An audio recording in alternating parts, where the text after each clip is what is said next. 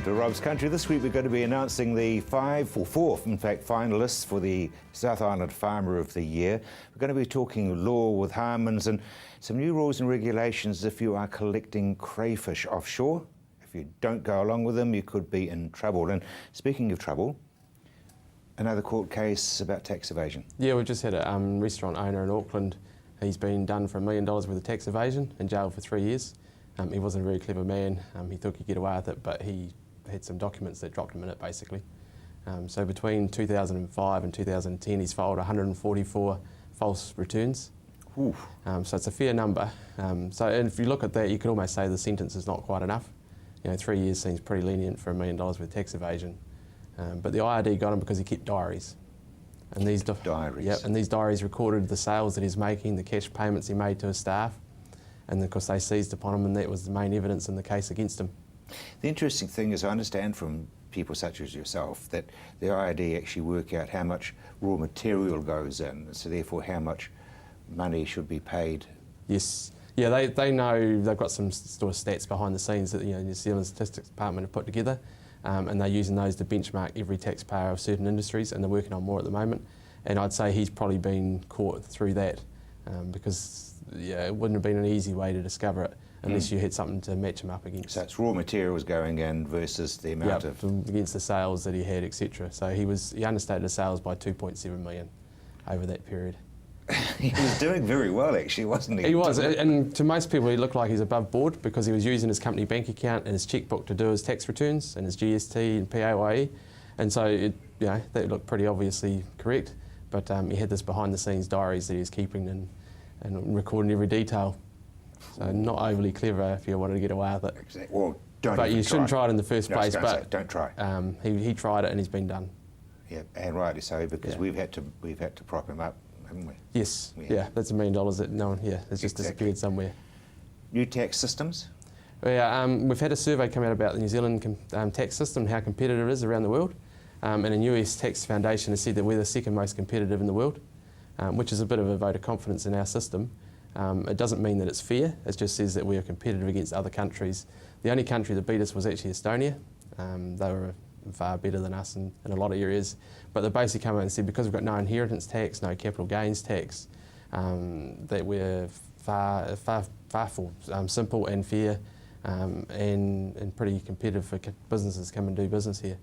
So and the IRD is still working very hard on helping people to catch up with tax returns and such. Oh yeah, they're out there proactively chasing. We're getting a number of inquiries from people that have had a tap on the shoulder. They've sort of ignored it for a while and they're starting to sort of get letters and phone calls. I know one instance where they actually went around and visited the person. They fronted up to them and said, look, you've got outstanding GST for the last 12 months. Do you want to file it or do you want to talk to an accountant? And they've picked up the phone and given us a call and said, I think I've got a bit of a spot of trouble here. But it's not the end of the world, is it?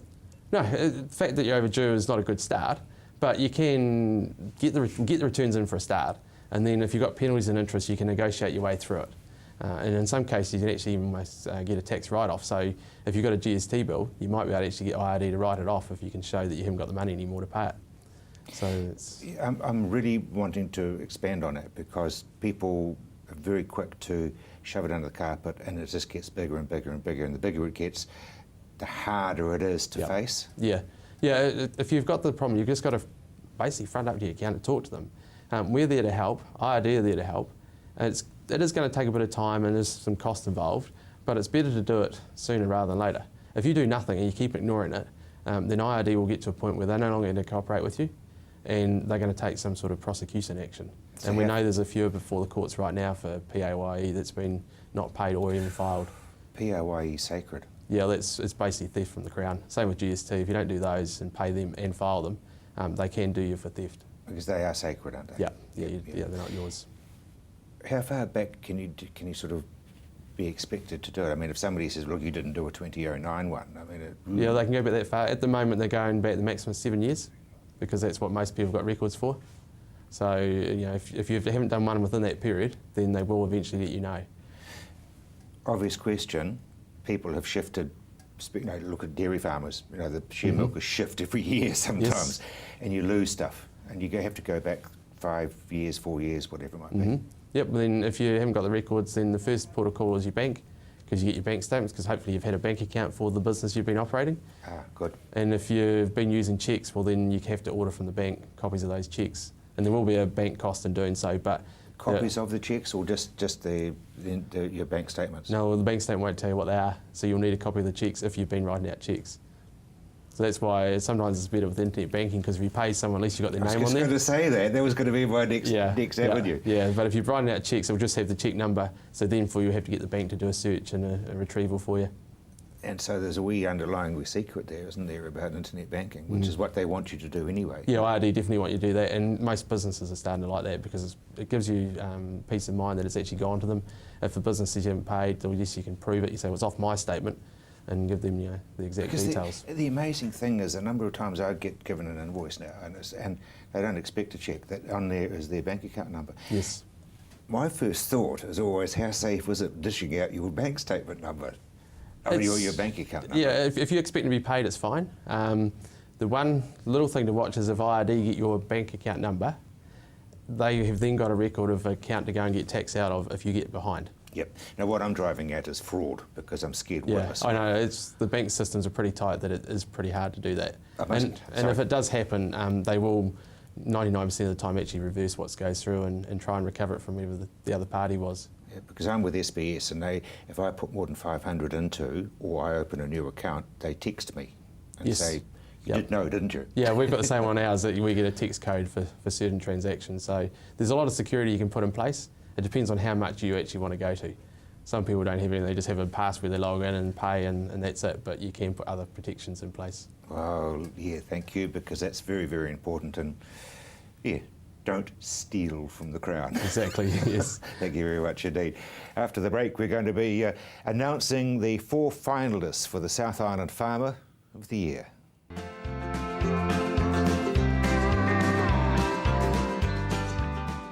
Blackwell's has a proud history presenting leading vehicle brands, extensive backup and service for a total one-stop driving experience. Holden, Mazda and HSV new and used vehicle sales, servicing, parts, paint and panel, Isuzu truck sales and service, all together in one convenient location. More selection, more value, more quality and more reasons to make Blackwell's your #1 choice. Visit Blackwell's today, corner Waterloo Racecourse Road, Sockburn, or online at blackwells.co.nz.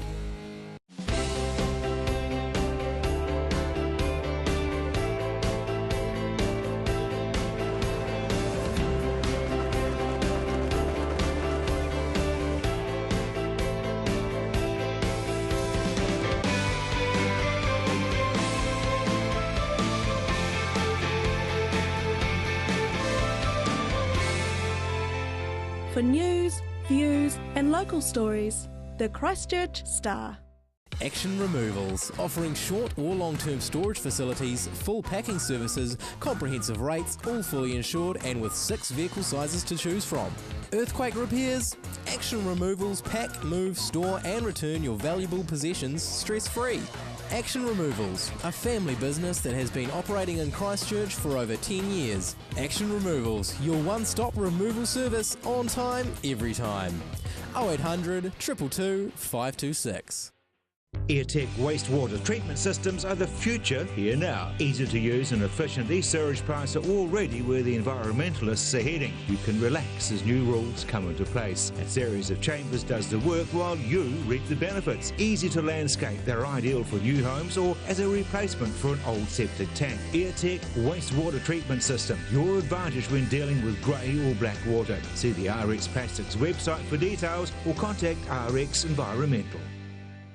My son's helped me greatly with my independence now that I've got more mobility. Mum, I've been looking into stand assist chairs from More Mobility. They recline back with a footrest, then when you want to get out of them, they stand you up. You can even sleep on them. More Mobility can bring one out for a free trial. There's even electric beds too. What do you think? For more range and more expert advice, see More Mobility, corner Clarence and Princess Streets off Blenheim Road. What a difference more mobility makes. Irrigation is the future for farming in New Zealand, but like any technology, you can't be expected to get the most out of it on your own. Hydro Services is the key to maximising your results. On-farm irrigation management, minimising drainage losses, minimising power usage and maximising efficiency. Soil moisture solutions, soil water holding capacity assessments, resource consent applications and on-farm workshops, all there in the one place. Hydro Services, your one-stop for irrigation management and soil moisture measurement solutions.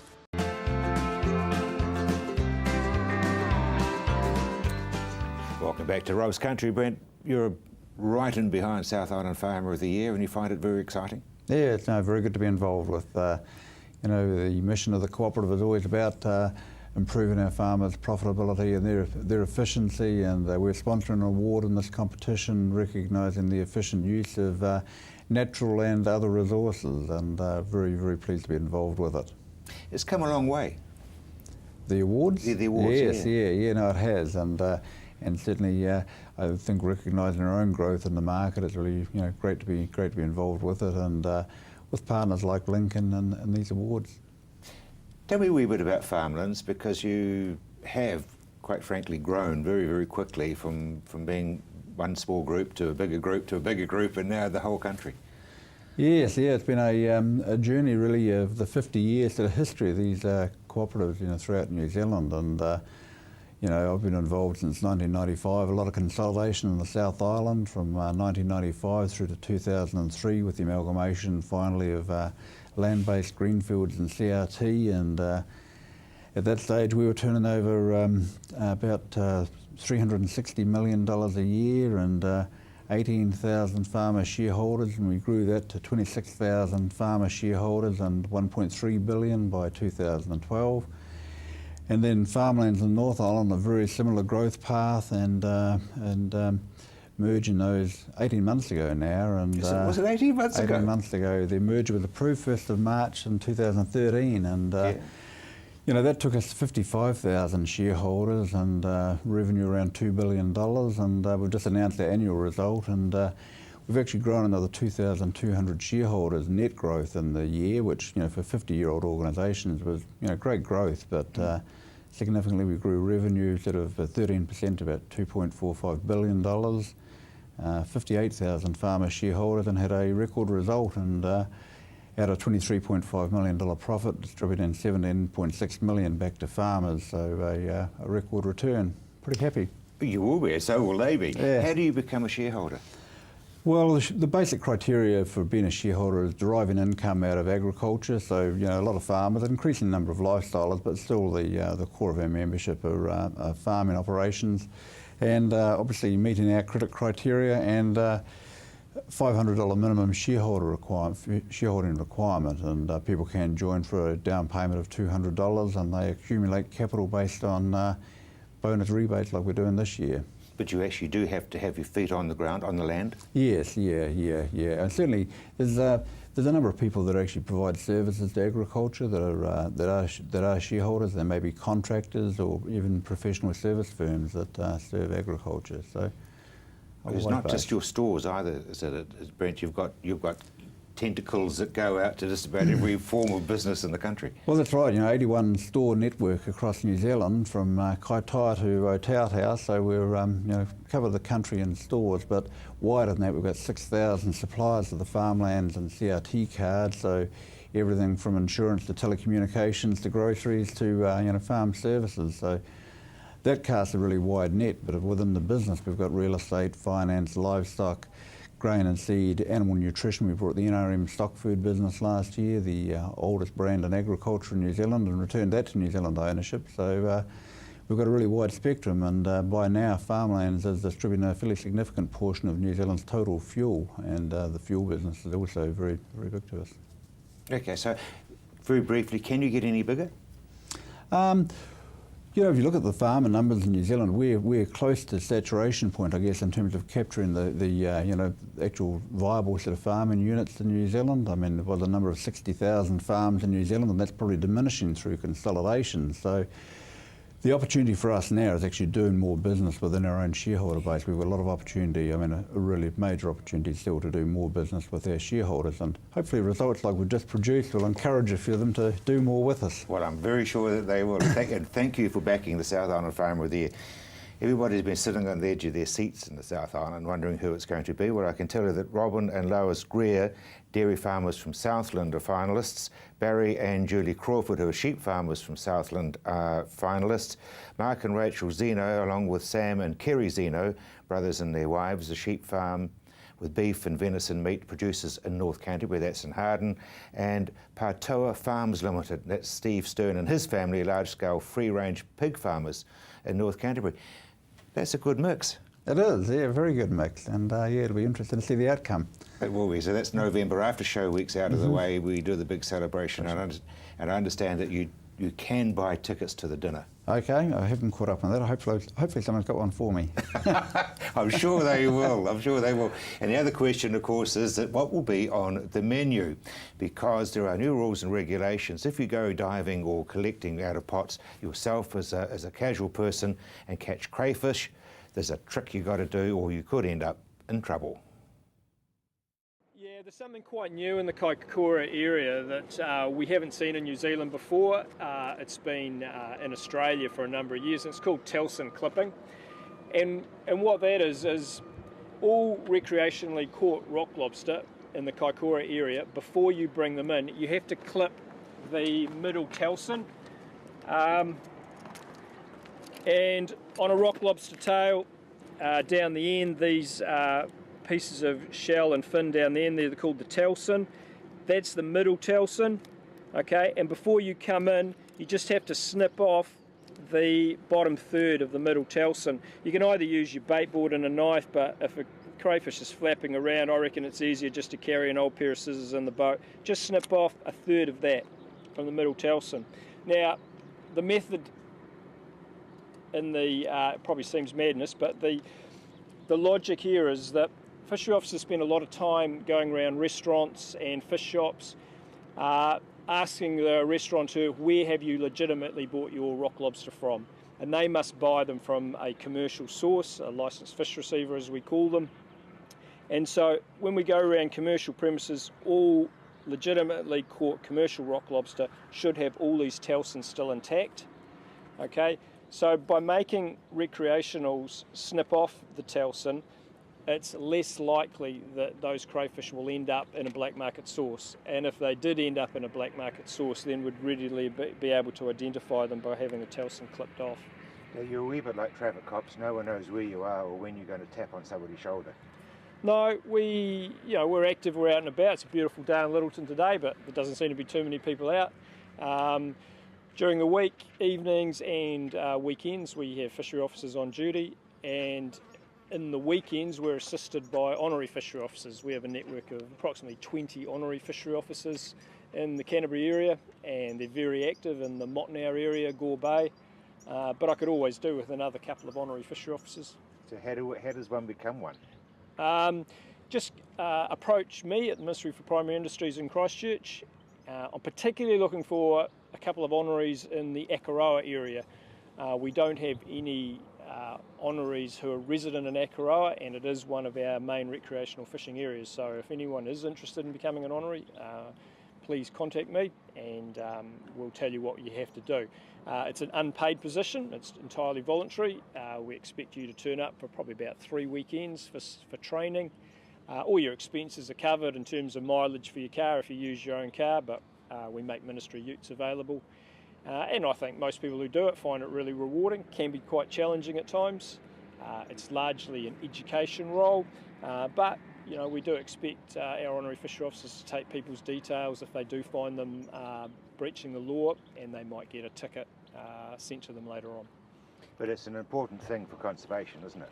Yeah, it absolutely is, and New Zealand has a very big coastline, and we really couldn't hope to enforce it with full-time officers. There wouldn't be enough of us to get around all New Zealand's coastline. You've talked primarily Canterbury. Is it different all the way around New Zealand? Yes, and becoming more different all the time. Marlborough Sounds has its own unique rules, particularly in relation to blue cod. So really, I find people from Canterbury tend to travel to a lot of other places for their recreational fishing, particularly Kaikoura, particularly Marlborough Sounds and particularly Tasman and Golden Bay. So you really need to get hold of the regulations for those specific areas before you head out on your fishing trips. And as you've said, lots of ways of doing that. Lots of different ways of doing it, and so I don't think there's any excuse nowadays for not knowing the rules. Very good advice there, and I would suggest that being an honorary fisheries officer would actually be a bit of fun as well as keeping everything very tickety-boo. After the break, we're going to be talking law with Mary from Harmons.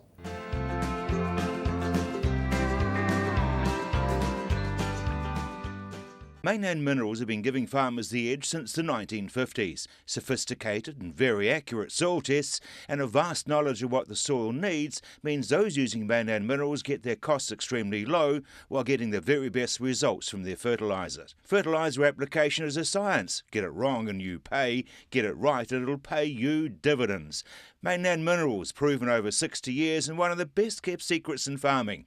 Contact the award-winning guys and turn your property around. Potholes. To some, a simple hole in the ground, causing no harm and no concern. But don't let that fool you. Potholes are dangerous. Did you know potholes have been linked to numerous nasty falls and flat tires? So if you have a pothole situation on your property, don't panic. Call the Pothole Repair Company. They'll fix your potholes in a jiffy. So next time you see a pothole on your driveway or in your car park, call the Pothole Repair Company. Are you having trouble with your old mower or just have too much grass? At Mead Mowers and Chainsaws, with our wide range of Husqvarna mowers, no job is too big or too small. We stock rotary, ride-on, zero turn, out front articulated riders, and robotic auto mowers. We have the Husqvarna mower for you. Call in and visit Gavin or Peter at Mead Mowers and Chainsaws.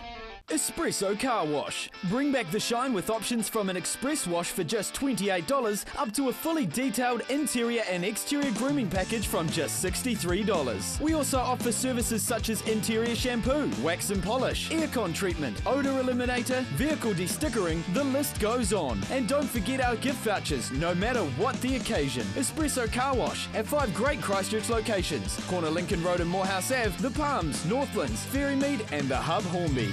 Welcome to Caltex Redwood. We're a family-owned business proudly supporting our local community. We're open 24/7 for fuel and shop goods, and we have an amazing team of people ready to help you. Save at least 6 cents per litre using AA Smart Fuel cards. We also offer great value on our LPG bottle fills. We have a full workshop and Bridgestone Tyre Centre. Our mechanics and tyre technicians will get your car sorted. Caltex Redwood. We're just down from St Bede's on Main North Road. Caltex Redwood. What drives you? Avoid the monkeys when it comes to relocating. Trust A1 Movers, a family business since 1993 that guarantees a professional job every time. We carefully handle and wrap your valued items, ensuring they have a safe journey. Secure storage and insurance options are also available. A1 Movers, the careful, caring moving company. Oi!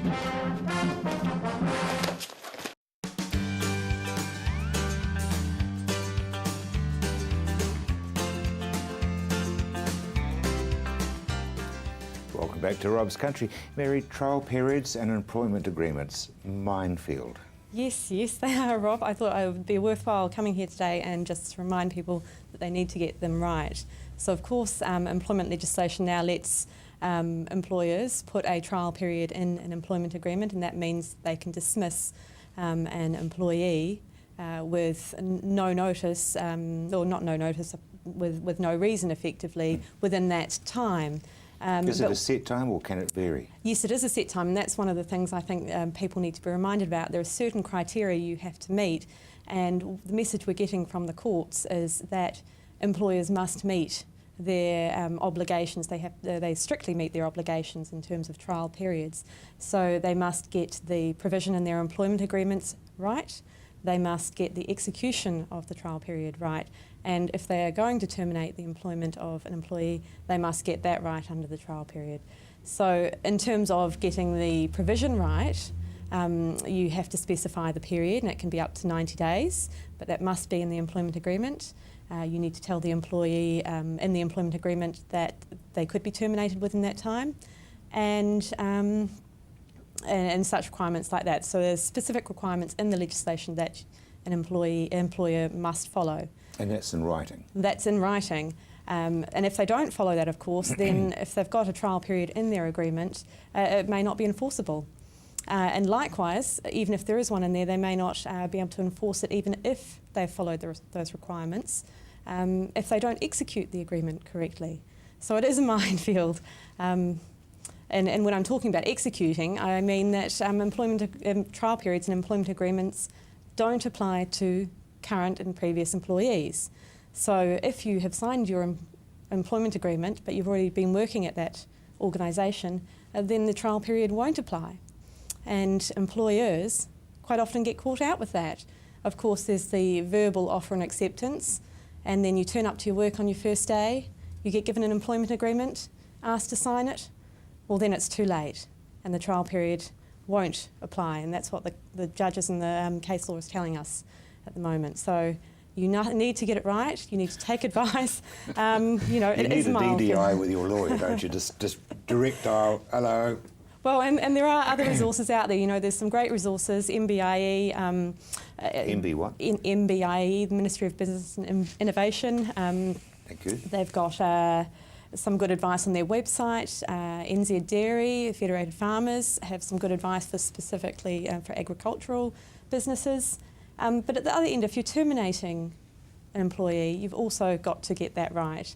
You have to terminate within the time period, and that has to be written, it has to be in accordance with your employment agreement. So you can't just turn up to someone's desk and say, well, I'm sorry, I'm terminating.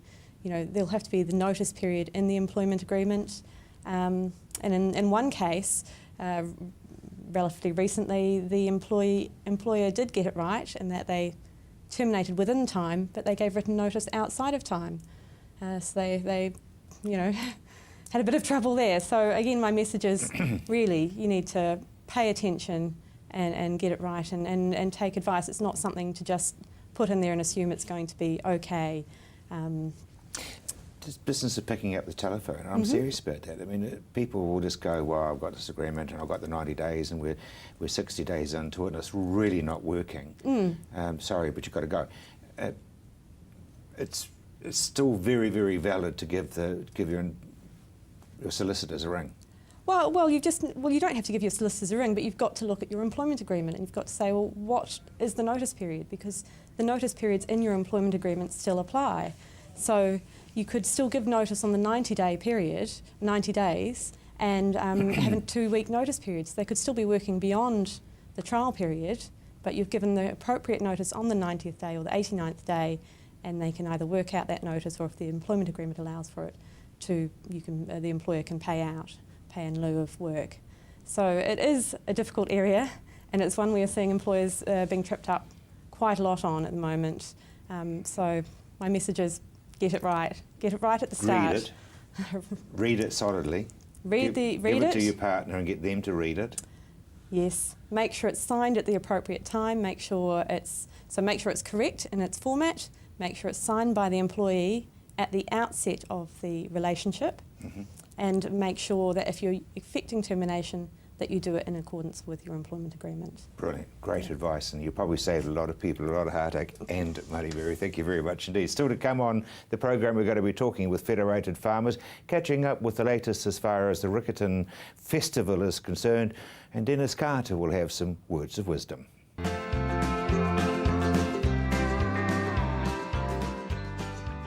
Come on down to Ferrymead Golf. Care for a game of paintball? How about some swings on the old driving range? Or on our par 3 9-hole golf course? Test your skills on the mini golf course or have a go at the airgun shooting range. Then relax at the Wow Cafe with one of our super succulent Wow Burgers. Whether you want to perfect your swing or are looking for a fun family day out, come down to Ferrymead Golf, 50 Ferrymead Park Drive, right next to the Ferrymead Heritage Park. Hi, I'm Caitlin, the naturopath here at Staywell Pharmacy. Working with the pharmacist, I use herbal and nutritional medicine to recommend natural alternatives for your health. This can be to counteract any side effects of your medication, general health advice, or natural options for you and your family. I'm also available for consultations. So come in and see us at Staywell Pharmacy, 27 Shands Road, Hornby. Staywell Pharmacy, live well, stay well. Come in and meet the locals at the Bush Inn Centre. Whether it's to grab a coffee on the go or to catch up with a friend over lunch or dinner, the Bush Inn Centre is the perfect place. With our unique range of shops, you'll find everything you're looking for and more. Our friendly locals are always happy to help. We have plenty of parking at the Bush Inn Centre, making your shopping experience just a little bit easier. So come in, meet the locals and shop Bush Inn. You'll find us on the corner of Riccarton and Waimari Roads. 3799 Remember the nights, go Blue Star. Our new companion package is a personalised service for those that need extra help and support. A cost-effective solution for someone who needs more than just a taxi driver. Our drivers are hand-picked from our experienced team and specialise in providing the right support and companionship. Home safe every time with Blue Star Taxis.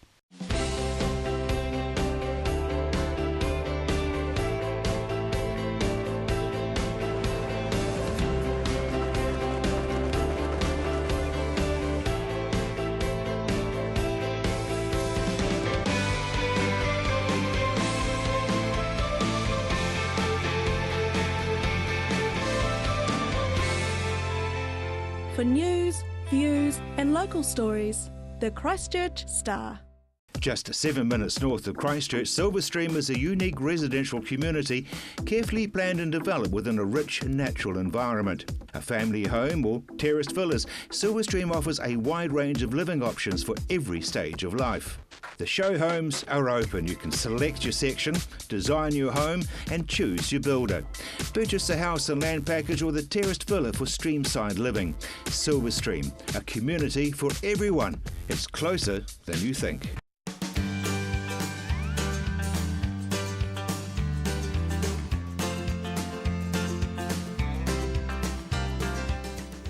Welcome back to Rob's Country. The Wool Levy, tell me all about it. Where was the vote and what's happened?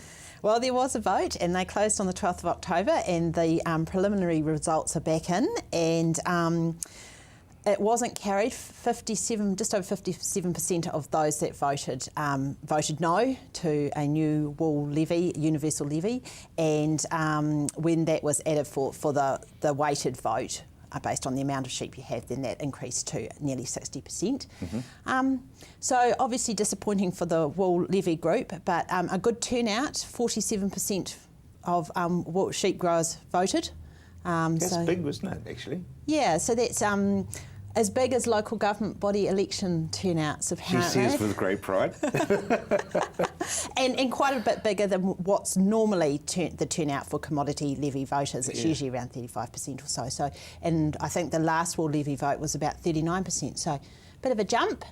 So it's good that people got out and voted one way or the other, and hopefully, even though it's a no at this stage, that's raised some important issues on the table for wool growers to think about, and hopefully those discussions will keep happening.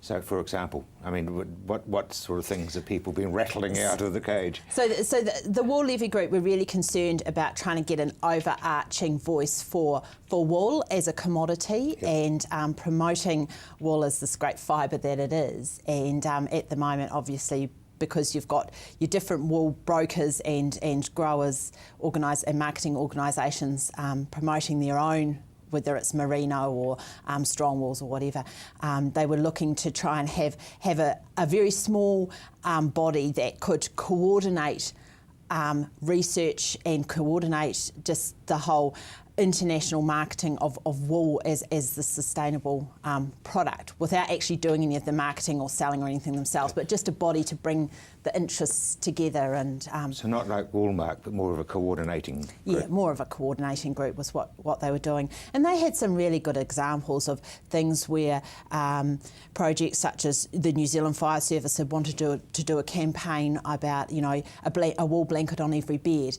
and there wasn't the organisation within our current wool industry to be able to grab that and say, yes, we'll coordinate that, we'll do that. So they were the sorts of opportunities that they saw as being lost. So hopefully those conversations will still be had about how we can better grab hold of those opportunities in some form within the wool industry. I've just gone way off out of the square and thinking something like Rural Women New Zealand might sort of start picking that up because, you know, I mean, they're amazing at rattling cages and saying, okay, everyone in New Zealand to have a woolen blanket on their bed, you know, I mean, it's... Yeah, and I guess one of the things about this, I mean, I had to hear the presentation a couple of times myself before I was, you know, really going, oh wow, this is what these guys are talking about. So hopefully, although it was initially a no, those conversations will keep happening and good. And you're not going to let it go either. Health and safety.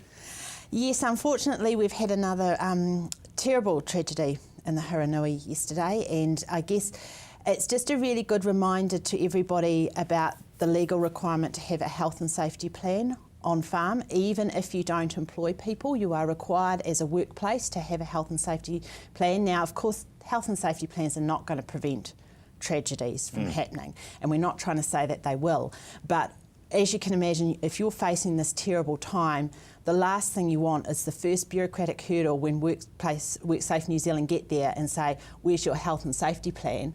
And you haven't actually got one, you know. So at least... Well, I won't bring the man back, but... Yeah, but at least, you know, that might get you past that first bureaucratic hurdle, that first fine that you're facing for not having a health and safety plan. And they're not hard to get. We have them at Federated Farmers, $70 for a member, $300 if you're not a member. You can buy Federated Farmers products if you're not a member. Cheap as chips. That would just about pay your sub, the difference in the price for one of those, wouldn't it? I just sort of kept think of something that... Yeah. Not quite, but... we'll go towards it anyway. It would go towards it. And I suppose they're a bit like smoke alarms, Rob, aren't they? It's one of those jobs, it's a little job in the great scheme of things that you always forget to do, but it's really important to just have it there in the background because you never know. The important thing is it's the bureaucrats coming onto your property and demanding to see it. Wanting to see your health and safety because plan. That will have happened up in Hiranui. Yes, it happens every time that there is a serious accident or fatality on farm. WorkSafe New Zealand will come out and that's the first question they ask. Have you got your health and safety plan there? Yeah, okay, no, once again, very, very good advice. Next month, as in November, of course, it's Festival Week in Canterbury, so I went and caught up with Tim Mills and asked him about the countdown towards Riccarton. Very much so once again, Rob, but I don't know where the years and the months fly by, but it only seems like yesterday we were talking about 2013 Cup Week preparations, and here we are in 2014, a month out, 5 weeks out from the first day of our carnival, which is Saturday the 8th of November, and yeah, an awful lot happening already. So big fields coming from everywhere? Well, we don't normally know the fields until about a week beforehand. Having said that, we have taken the entries for the 4 feature races, they being the Christchurch Casino New Zealand Cup, the Copeland's Bakeries Mile for the older horses, and the 2 classic events for the 3-year-olds, the Sawtees New Zealand 2,000 guineas and the New Zealand Bloodstock 1,000 guineas. And the early entries in those were taken back on the first week in September, and the first withdrawals were in about the 26th of September, and the numbers there are stacked up very comparable to the last 3 or 4 years. So those indications would suggest that field sizes will be strong. We always see big fields in the New Zealand Cup and the Copeland's Bakeries Mile. The classic age group can sometimes swing depending if there's a dominant 3-year-old. Sometimes if you get one that's standing head and shoulders above the others, we tend to get a smaller field travelling to Christchurch. If it's a more even set of 3-year-olds, we end up with the capacity field. So from our point of view, we probably like the latter, even though you do like to see the superstar. Do you have to qualify for it, or can you just enter it? No, the qualification really with racing, certainly the 3-year-old features, the 2 Guineas races, it's an age qualification. Any 3-year-old's able to be entered. The 2 other races, the Copeland's Mile and the Christchurch Casino Cup, both of them are for what we call the open grade horses. Essentially anyone other than a maiden can enter, but the higher the rating, the better the chance you are of getting a start, and essentially that's how it works out when the field is finally determined. The top 18 highest rated horses end up being the ones that are selected to compete. So there is a selection process? Yeah, very much so. The New Zealand Cup has a capacity field of 18. We'll normally run 4 ballots, the same with the Copeland's Bakeries Mile, and the only way to select the field is on their past performances, and an independent person called the handicapper, he provides a rating to each and every horse depending on its performances. So when it comes to our withdrawal deadline, we can simply look at a list and see the highest rated, count down 18, draw the line, count down the next 4, there's the ballots, and it's as easy as that. Yeah, so it is very simple. It's simple. It's simple at that last equation. The complicating factor is when the handicapper has to sit down every Monday morning after the weekend's races and assess the performances of the 300 or so horses that might have raced over the weekend, and determine a change in the rating of each of them depending on their performances. And then, of course, as the midweek races are run, he does the same thing the next day, and that's where the complicating factor gets into it. But when it gets to us, it's reasonably simple. You're quite happy doing your bit and he can do his. We're very happy doing our bit, yeah, very much so. It's interesting you get the crowd despite the TAB television coverage and everything else. Well, that's the power of Cup Week. Like all sports, television's the modern phenomenon that brings it into our homes. Like many people, I was up all weekend in the middle of the night watching the All Blacks, and late on Sunday night watching the NRL Grand Final, watching races on Saturday. It brings it right into our homes. It's fantastic. Obviously, we wouldn't be without it, but it does pose us with challenges of trying to get crowds to the basic meetings, the midweek meetings, and even the good quality meetings on a Saturday. But like every other sport, hard to get the crowds to the club games, not too hard to get into the test matches. And of course, Christchurch Casino Cup Week is our test match. We do limit the crowd on New Zealand Cup Day to 18,000. Last year we turned people away at the gates, so the big message is to get on the website, book the tickets early. We do that so that we try to provide, we don't get an over capacity and turn people off. We want people to have a good experience, enjoy the day, for the facilities to be able to cope, for it to be comfortable, and that's why we cap it at 18. And I strongly suggest anyone watching gets on that website if you haven't already done so. Because I mean, you don't want to be turned away. There's nothing worse than getting all dressed up and then finding there's nowhere to go. Exactly, and that's why you get that ticket in your hand, rickettandpart.co.nz, and then you'll have no trouble. You'll be able to get dressed up, rock up, have a great day. Booze? Well, we all like it, just in moderation. We urge people to behave. It is a bit of a social issue nowadays. People play the game and do it right. There's no problem. The Edge Carriage car park is a non-BYO area. We do have a very good selection and a very good system for selling it there, obviously through the grandstands, bars and the likes. The reserved car park and the showgate, the members' reserved car park, is still BYO. That's a privilege we've got that relies on people behaving, and we work extensively with the licensing police and Crown Health to try and provide the best host responsibility we can, and we want our patrons to enjoy themselves and respect that as well. I mean, the main thing is you don't want a minority to spoil it for the majority. And that's one of the difficulties, I use the analogy, it's a bit like keeping the whole class in after school because one kid speaks, Not the right way to do it. We should just be dealing with the troublemakers rather than punishing everybody. So it does rely on everyone replying, everyone behaving. But, if people do misbehave, we will be wanting to take action against them. But, if we can play that right, then the powers that be will hopefully work with us and allow it to be a great day for the majority. Sure they will. You've got people coming from all around the world, I suppose, with horses and horses' interests. Yeah, well, certainly in terms of owners and attendees, they do come from all around the world. We have got some Australian entries for the 4 feature races, and we remain hopeful that Danny O'Brien, a Melbourne trainer, may end up bringing a runner or 2. But we've certainly had owners and that from everywhere, from Singapore, Malaysia, Australia. English people have come. It's a tremendous carnival that I've always regretted not coming here when I was Joe Punter living in the North Island, and I've only been here when I've been working. But I'd love to have a chance to participate as a punter one day. One day when you retire. When I retire, hopefully. Yeah, exactly right. and that's likely to be quite some time. Of course, the other thing is we've got masses of harness racing that week as well, and this isn't an advertisement just to get all the North Islanders down, but we do, of course, have that huge festival and the Canterbury A&P show, which is the Wednesday, Thursday and Friday. And every year they seem to come up with something amazingly different and wonderful and gets the punters through on our anniversary day, which actually isn't our anniversary day because we were founded on the 16th of December, but that's another story. After the break, we're going to be talking to Dennis Carter.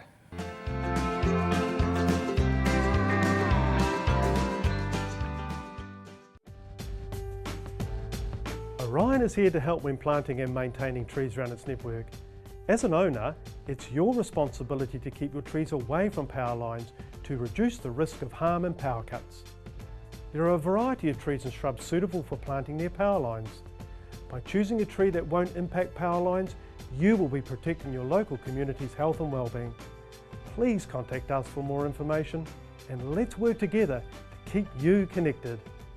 We all know the best thing you can do for your body is eat fresh foods in their natural state. The same applies to your skincare. Southern Skin provides a skincare range with fresh, locally sourced ingredients, plus natural preservatives and emulsifiers to produce the best nourishment for your skin to unleash your healthiest complexion.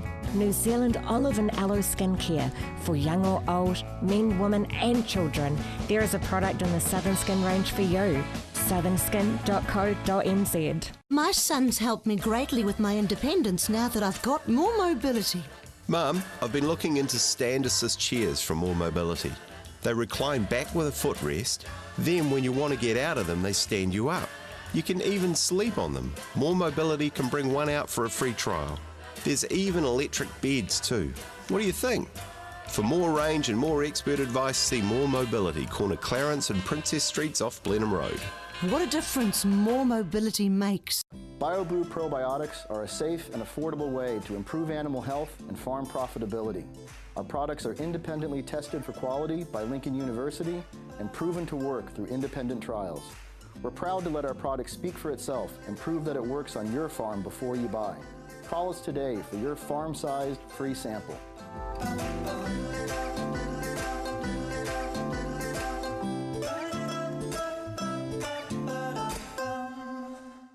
Blackwell's has a proud history presenting leading vehicle brands, extensive backup and service for a total one-stop driving experience. Holden, Mazda and HSV new and used vehicle sales, servicing, parts, paint and panel, Isuzu truck sales and service, all together in one convenient location.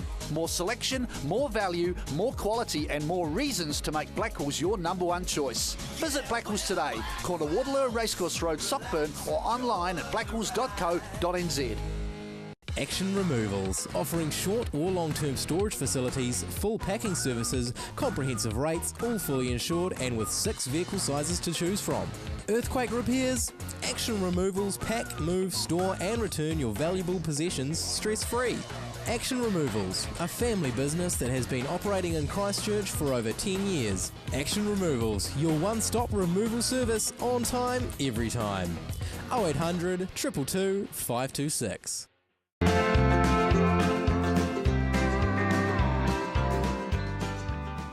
Welcome back to Robert's Country.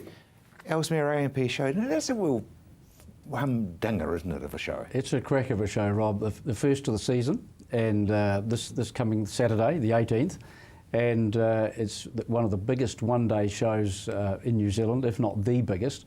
And indeed, it's overflowed now into some of the horse jumping has to operate on the Sunday. So it is a very, very big show with the number of horses. It's something like 1,450 events.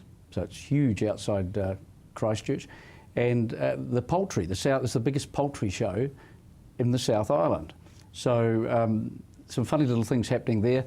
And of course, the premier class, the grain and seed class, which is... Well, it would be Dennis Carter, wouldn't it? Absolutely, yes. We do some sponsoring there, so it's very good. Seriously, A&P shows, are they on the comeback? Because they had gone a bit quiet. Well, they had. Ellesmere, it's the 144th annual show, so not far away from the 150th. And the period when I was president, we looked back and thought, well, why are we doing this? And why were they created in the first instance? And they were created to foster excellence in livestock and pastoral activities. Hence the agricultural and pastoral. Absolutely. Based on competition, annual competition from the breeders and exhibitors. And so that was the main focus, was the improvement of agriculture.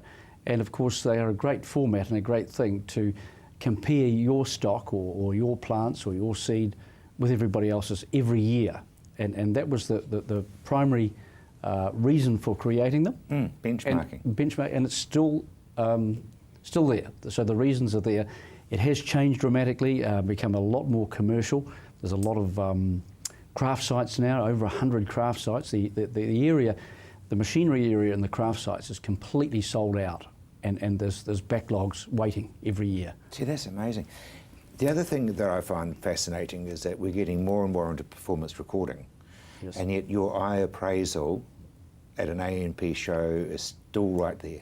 Absolutely, right from young farmers' stock judging competitions. So starting at that primary point for young people, it's still there.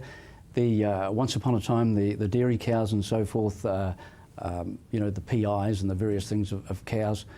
Today that has changed, and really dairy farmers are interested in litres in the bucket per day.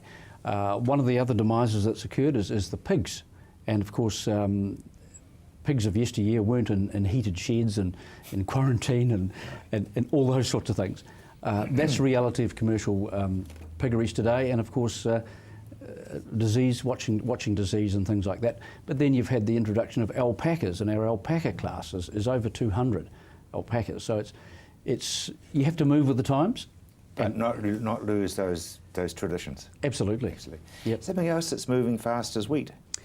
Yes, Rob. At this time of the year, especially autumn sown wheat, we get into a bit of a time lag quandary, and we're putting in our plant growth regulators and fungicides, and then you have to wait perhaps something like about 10 days to put in wild oat or grass herbicides, and then another 10 days to fix up your Californian thistles or any weeds that have missed your early spray. And so there's a real pressure point there where you need to get these things done in a timely manner in terms of the size of the weed, the chemical you're using, and yet observe those delays, or you could burn your crop. So farmers need to read the labels, think about what they're doing, and even record and say, well, you know, in my diary, I was 5 days late this year on what I did and should have started earlier. And just review that when you come into that crazy spring spraying period, which is around equinox and past equinox. Yeah. Ryegrass. Ryegrass, it's a big month for ryegrass. The Italian type ryegrasses and annual ryegrasses, a lot of farmers are taking a silage cut first, and that's occurring now with them. The perennials, there's things like looking at the plant growth regulators on those when the second node is visible, and looking at rust control, heavy rolling, removing of stock, closing those fields up. So it's a very, very busy time for ryegrass in October. White clover? Well, white clover, if you were to write a book on the management of white clover, it would be as thick as the Bible. It is huge, the way to handle and manipulate white clover. And somebody on a loamy type, silt type soil, they manage their crop totally different to somebody on a heavy clay-based, moisture-retentive soil. Totally, almost at the opposite ends. But the secret is to have the right plant population, to have bare ground in terms of competing weeds, have bare ground for those stolons, for those runners to run out and produce flowers without too much competition from the dense foliage. And one of the things that's happening with a lot of the clovers grown in New Zealand now, they're not the old Huia, New Zealand Huia, there are a lot of European varieties, and they appear that to have the flowers that will actually set and stand above the leaf canopy. And if you can get the sunlight and the bees and things happening above that canopy, you're halfway there. If you're going to grow a hay crop, you've let it get too too early, no light penetration, too much competition from the canopy, you end up with a hay crop and not a seed crop. So there is a lot of things we can put checks and things in place. We can use PGRs on white clover in the terms of winter spraying with 2,4-D ester becomes almost a plant growth regulator. And so there's one heck of a lot of things to know about growing white clover. Because you need the leaves, of course, to feed the plant to get the flowers, to get the seed. But you do, but it can be a wee bit of timing. You can want to burn some of those leaves off, and so some farmers use paraquat, the old gramoxone, to burn them off, open the crop up. But if you do that too late, you burn the buds that are going to be your flowers. So you certainly don't start using paraquat late, like in November, but you can probably use it selectively and carefully as a management tool in September. It's scary, isn't it? It is. You really need to know what you're doing and the implications of what you're doing. And every season is different, Dennis. And every season's different. Exactly. And then watch your irrigation. Just go a little bit and often, or none at all. Ooh, okay, yep. Yeah. Ring somebody like yourself. Weed resistance. Yes, especially the grassweed resistance, and the Foundation for Arable Research were quite concerned about this, and they selected populations of wild oats from Canterbury right down to Waimate from several farms that were intensive cropping farms and had used a lot of the herbicides on the market for wild oat control. And they found that we talk about the chemical families, the FOPs and the DIMs, and in one particular family there's basically 3 groups of those type herbicides, and farmers may know them as something like Puma S is a wild oat chemical. Galant is another selective chemical that does wild oats in certain crops, and Stratus, or used to be called Commando, is another one that takes wild oats out of annual ryegrasses and Italian type ryegrasses. They're basically some within those families that farmers may know. Well, one of these wild oat populations was completely resistant to the whole 3 family groups. And so that is a major headache for that particular farmer. Quite a few of them were resistant to 2 out of the 3. Really? And so we're starting to lose some of our tools to grow these crops where we need to remove things like wild oats. And wild oats are a highly successful plant, right from the Pharaoh's tombs.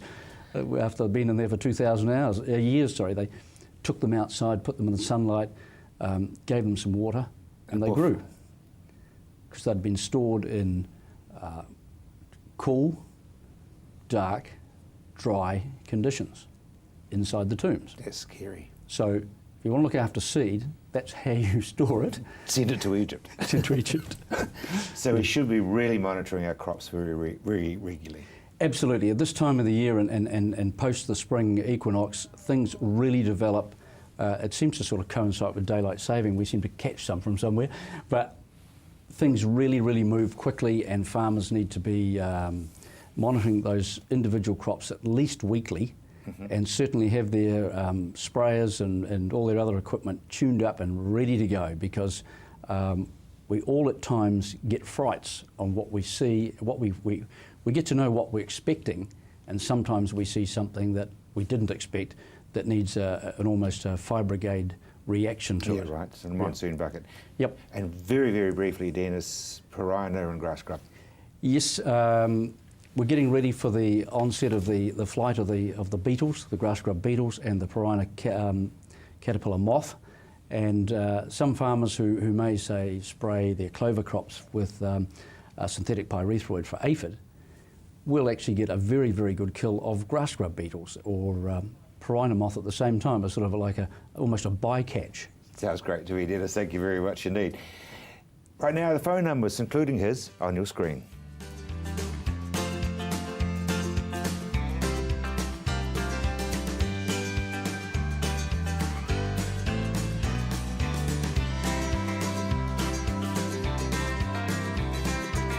I'm Rob Cope-Williams. You've either been watching or you have just missed Rob's Country, but I will be back at the same time next week. Until then, bye now.